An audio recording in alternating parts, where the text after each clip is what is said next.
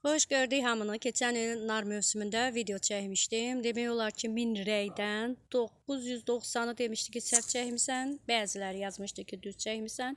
Deyilənə görə, narın əgər tacı belə açıqdırsa, onda nar hələ tam yetişməyib. Yəni dənələr artıq özünü tutmayıb. Narın tacı belə bükülübsə, bu nar artıq yeməlidir. Dənələr artıq özünü tutub. İndi gedək bunu baxaq, kəsək baxaq. Keçən isə mən bunun əksinə demişdim.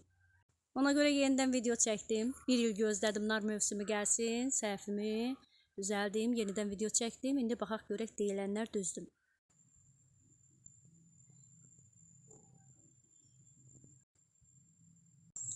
Demək, gətirdim, kəsdim. Baxın, bu tacı açıq olandı. Demək düz deyilmişlər.